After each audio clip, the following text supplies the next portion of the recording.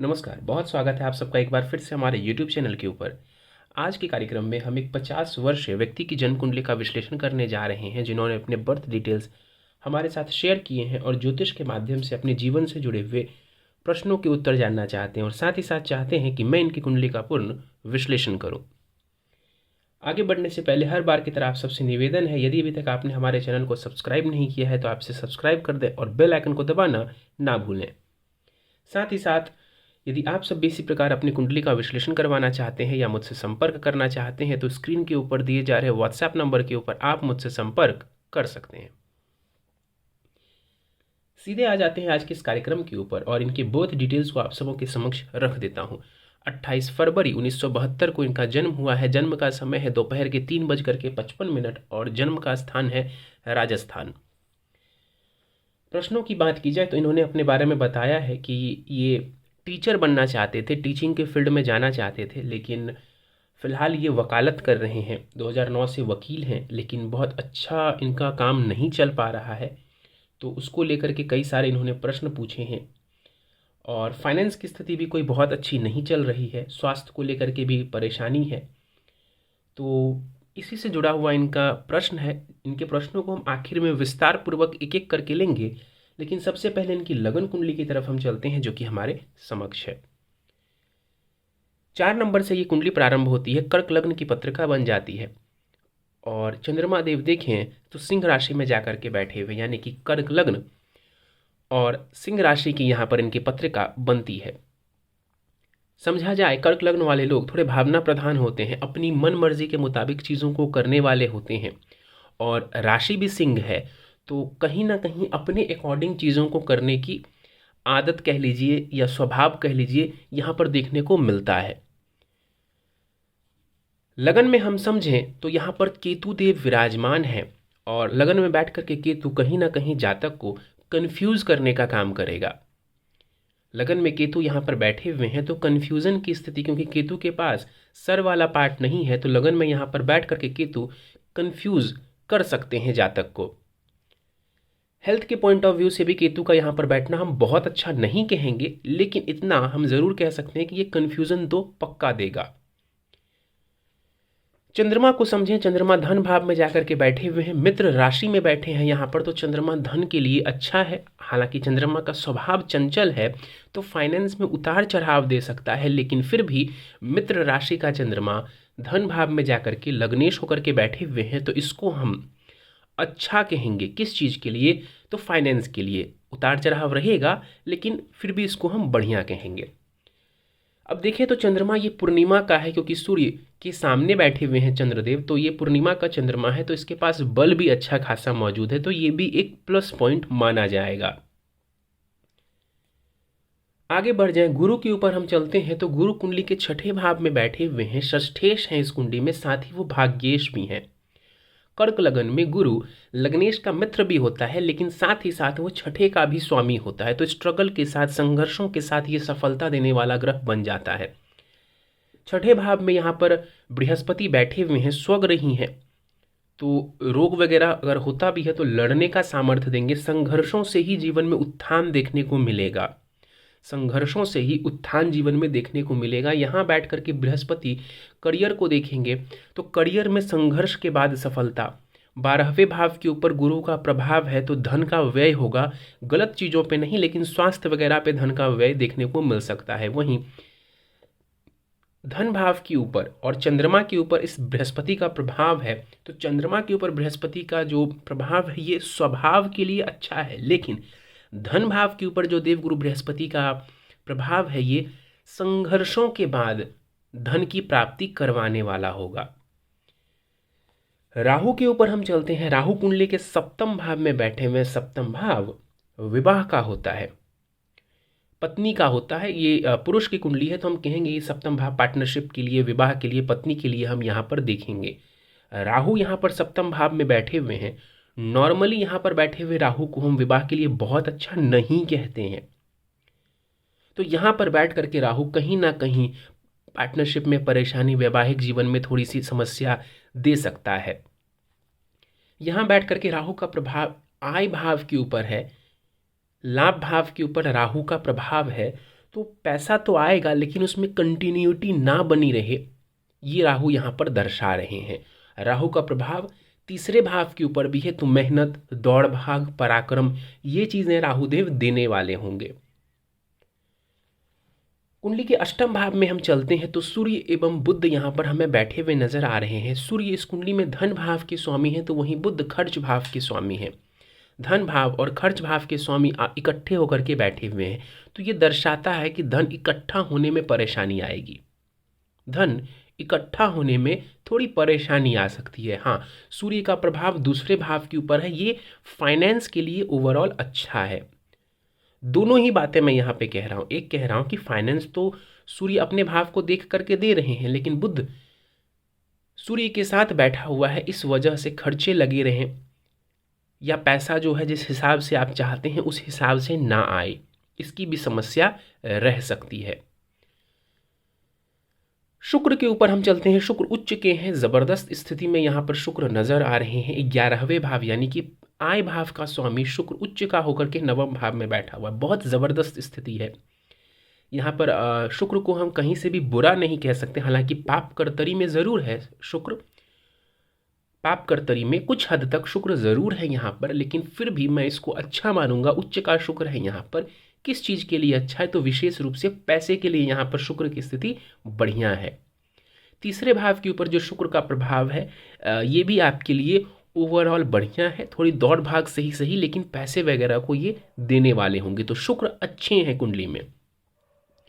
मंगल की बात कर ली जाए तो मंगल बहुत बली है, दसम भाव में बैठे हुए 18 डिग्री के साथ यहाँ पर मंगल रोचक नामक महापुरुष योग ये बना दे रहे हैं। दशमेश मंगल दसम भाव में दिग्बली होकर के विद्यमान है। इसको बहुत अच्छा हम कहेंगे। किस चीज़ के लिए, तो करियर के लिए। करियर के लिए यहाँ पर मंगल की स्थिति बहुत ही बढ़िया है, तो एक स्ट्रॉन्ग करियर यहाँ से दिख रहा है, एक अच्छा करियर यहाँ से दिख रहा है, इसको हम कहेंगे। मंगल का प्रभाव लगन के ऊपर है, तो कहीं ना कहीं केतु यहाँ पे बैठे हुए हैं, मंगल का भी प्रभाव लगन के ऊपर है, तो कहीं ना कहीं व्यक्ति में चिड़चिड़ाहट हो सकती है, गुस्सा हो सकता है थोड़ा बहुत, तो इस पर कंट्रोल करिएगा अगर ऐसा है तो। मंगल का प्रभाव चौथे भाव के ऊपर है, ये बढ़िया है, प्रॉपर्टी के लिए बढ़िया है। घर में थोड़ी टेंशन लेकिन ये दे सकता है। मंगल का प्रभाव पंचम भाव के ऊपर संतान से जुड़े मामलों के लिए अच्छा है। मंगल का प्रभाव पंचम भाव के ऊपर संतान से जुड़े मामलों के लिए अच्छा है। शनि की अगर हम बात कर लेते हैं तो शनि कुंडली के 11वें भाव में बैठे हुए हैं। अब सबसे इंपॉर्टेंट बात यह है कि इस कुंडली में शनि सबसे पहले समझे तो सबसे बुरे ग्रह हैं। इस कुंडली का कोई मार्केश है, सबसे बुरा ग्रह है जो मेरा हर हाल में नुकसान ही करना चाहता है, वो है शनि कर्क लगन में। वो शनि बैठा मेरे 11वें भाव में, पैसे के भाव में, आमदनी के भाव में। तो ये क्या करेगा, आमदनी में दिक्कत देगा, आमदनी में विलंब की स्थिति उत्पन्न करवाएगा। पहली बात, शनि का प्रभाव मेरे लगन के ऊपर है, यानी कि हर कार्य को ये विलंबित करवाएगा। अभी मैंने सिर्फ पैसा विलंब बोला, अब लगन के ऊपर शनि का प्रभाव है तो ये हर चीज में विलंब की स्थिति देगा। पंचम भाव के ऊपर जो शनि का प्रभाव है, शिक्षा में भी विलंब की स्थिति ये दे सकता है। हो सकता है संतान से जुड़े मामलों में भी विलंब हुआ हो। शनि का जो प्रभाव है कुंडली के अष्टम भाव के ऊपर है, तो आयु के लिए तो ये ठीक है कि आयु भाव के ऊपर शनि का प्रभाव है तो ये आयु की रक्षा करेंगे। लेकिन सूर्य के ऊपर जो शनि का प्रभाव है ये बुरा है। किस चीज़ के लिए, तो देखिए सूर्य धन भाव के स्वामी ग्रह हैं, तो शनि यहाँ बैठ करके एक तो आय भाव को खराब कर रहा है और धन भाव के स्वामी सूर्य को भी ये खराब कर रहा है। तो पैसे के लिए शनि की जो प्लेसमेंट है वो बुरी है। इस एक भाव में बैठ करके कहीं ना कहीं शनि दोनों ही फाइनेंस से जुड़े भावों को प्रभावित कर रहा है, और शनि इस कुंडली का सबसे बुरा ग्रह है। कर्क लगन में जितने भी लोग पैदा हुए हैं उनके लिए शनि अच्छा ग्रह हम कहीं से भी नहीं कह सकते, वो सप्तमेश एवं अष्टमेश हैं। ठीक है, दशाओं के ऊपर हम चलते हैं। राहु की महादशा आपको चल रही है जो कि 31 मार्च 2036 तक आपको रहेगी। राहु की दशा में फिलहाल आपको गुरु की अंतर्दशा चल रही है जो कि 7 मई 2023 तक रहेगी, यानी कि लगभग मध्य 2023 तक राहु में गुरु, और फिर उसके बाद राहु में शनि की आपको दशा आने वाली है। राहु में शनि की दशा में हेल्थ का थोड़ा ध्यान रखेंगे। आपके प्रश्नों को हम ले लेते हैं। अध्यापक बनना चाहता था मैं, लेकिन मैं नहीं बन पाया। देखिए, मैं आपको सीधी सी बात बोलूँगा, टीचिंग फील्ड में जाना आपके लिए बेस्ट रहता इस कुंडली के हिसाब से। यदि आप मेरे पास पहले भी आते, या अभी भी मैं आपको बोलूँगा कि टीचिंग फील्ड बेस्ट रहेगा। ये जो कुंडली हमारे सामने आई है इसके हिसाब से देर सवेर जब भी हो टीचिंग फील्ड ही अच्छा कहेंगे इस कुंडली के हिसाब से। तो यदि आप वो बन जाते तो बड़ा अच्छा होता। कोई बात नहीं। इन्होंने बताया कि मैं 2009 से वकील हूँ। कुंडली में किस योग के कारण मैं वकील बना?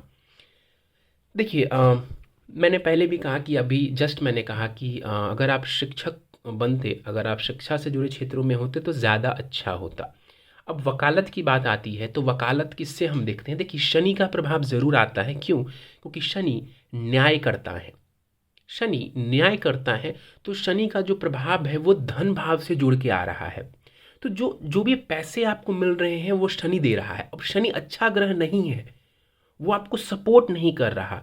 इस वजह से उस क्षेत्र में तो आप आ गए, उस क्षेत्र में तो आप आ गए, लेकिन कहीं ना कहीं शनि चूंकि कारक नहीं है आपके लिए, इसलिए वो परेशानी दे रहा है। नो डाउट गुरु को भी हम देखते हैं इस क्षेत्र के लिए, तो गुरु वहाँ पर सपोर्टिव रोल प्ले करेगा। संघर्षों के साथ ही सही गुरु का जो प्रभाव धन भाव के ऊपर, करियर भाव के ऊपर है वो ठीक है, लेकिन जो शनि का प्रभाव दोनों ही फाइनेंस भावों के ऊपर है, इस वजह से जो जो पैसे की आप उम्मीद लगा के बैठे हुए हैं उस फील्ड से, लॉ के क्षेत्र से, वो नहीं दे पा रहा है आपको शनि। चलिए इसके बाद इन्होंने पूछा है कि पत्नी की नौकरी से मेरा घर चलता है, मेरी आय अत्यधिक कम है, शनि बाधा दे रहे हैं। मैंने समझाया आपको कि पैसे से जुड़े मामलों में शनि बाधा उत्पन्न कर रहे हैं आपकी पत्रिका में। आप ऐसे फील्ड से भी जुड़े हुए हैं जो कि शनि के अंतर्गत आता है। अगर आप थोड़ी भी जानकारी रखते हो एस्ट्रोलॉजी की तो आपको पता होगा कि जो शनि देव हैं ये न्याय करता है, न्यायाधीश हैं, ग्रहों में भी इनको न्याय का वो माना जाता है। तो उस क्षेत्र से आप जुड़े हुए हैं, ये कारक ग्रह नहीं है, इस वजह से ये फुल रूप से आपको सपोर्ट नहीं कर पाएगा। इसके बाद आपने बोला है वकालत में ग्राहक से मैं ज़्यादा बोल नहीं पाता, बोलने और बार बार समझाने की कला का अभाव रहता है। अब समझिए शनि यहाँ से बैठ करके सूर्य को देख रहे हैं, सूर्य पहले ही गड्ढे में है, अष्टम भाव में है, शनि की राशि में है। अब शनि की दृष्टि भी है सूर्य के ऊपर और सूर्य वाणी भाव के स्वामी है। तो बात वहीं ख़त्म हो जाती है कि वाणी में जो प्रभाव होना चाहिए वो भी शनि की वजह से, सूर्य बाद में हम देखेंगे, लेकिन यहाँ पर शनि ने सूर्य को डाउन कर दिया। तो सूर्य के शनि के द्वारा पीड़ित होने की वजह से ये स्थिति उत्पन्न हो रही है। इसके बाद इन्होंने कहा है कि मेरे पास आया ग्राहक भी मेरे हाथ से निकल जाता है, ऐसा क्यों होता है? कॉन्फिडेंस बढ़ाइए, कुछ उपाय वगैरह मैं दे रहा हूँ, कॉन्फिडेंस बढ़ाइए, अपनी जो पर्सनालिटी है उसको थोड़ा बेहतर करिए। कैसे करेंगे वो मैं आपको आखिर में बताऊंगा। मेरे पास वाहन से जुड़े मामले आते हैं, पार्टनरशिप भी किया था, अब मैं अलग हो गया। ठीक है, जो चीज़ खत्म हो गई उसको आप छोड़ दीजिए। वाहन से जुड़े मामले आते हैं, ठीक है, उसमें कोई दिक्कत वाली बात नहीं है। स्वयं के ऊपर फोकस करिए, आपके लिए फ़ायदा रहेगा। वकालत नहीं चल रही है मेरी, तो कौन सा जॉब करूं जहां किस्मत मेरा सहयोग करे? किसी भी प्रकार से काउंसलिंग यदि आप करते हैं, चाहे इसी फील्ड में रह के हो या किसी और फील्ड में जाके काउंसलिंग का काम हो, टीचिंग से जुड़ा वर्क हो, कैसे भी, देखिए मुझे पता है कि आप कोई नौकरी नहीं कर सकते हैं, आपकी उम्र 50 की है, वो मैं समझ रहा हूँ। किसी भी रूप में काउंसलिंग हो, शिक्षा देने का काम हो, दूसरे को समझाने का, सिखाने का, पढ़ाने का काम हो, ये आपके लिए उत्तम रहेगा। आगे बढ़ जाते हैं। स्वास्थ्य मेरा ठीक नहीं रहता है, कुछ ना कुछ तकलीफ लगी रहती है। लगन के ऊपर शनि का प्रभाव है, लगन में केतु बैठा हुआ है, और साथ ही साथ जो आपका चंद्रमा है जो कि लग्नेश भी है, वो गंडमूल नक्षत्र में, मघा नक्षत्र में वो बैठा हुआ है, तो इसका ध्यान रखिएगा।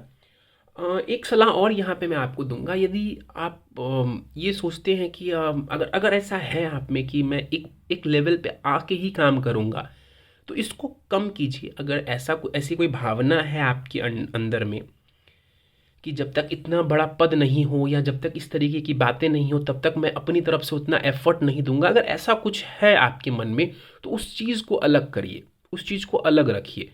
पूरी तरह से हम्बल होके, डाउन टू अर्थ होके उस काम को करेंगे, हर काम को करेंगे, अपने फील्ड से जुड़े हुए काम को करेंगे, तभी आपको चीज़ें मिलेंगी।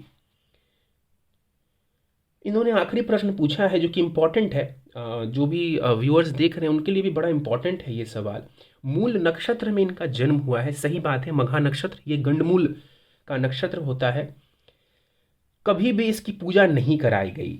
क्या अब कुछ उपाय है? देखिए, करवाने को तो पंडित जी आज भी अगर आप जाएंगे तो वो कर देंगे, लेकिन इसका रिजल्ट मिलता मैंने देखा नहीं है।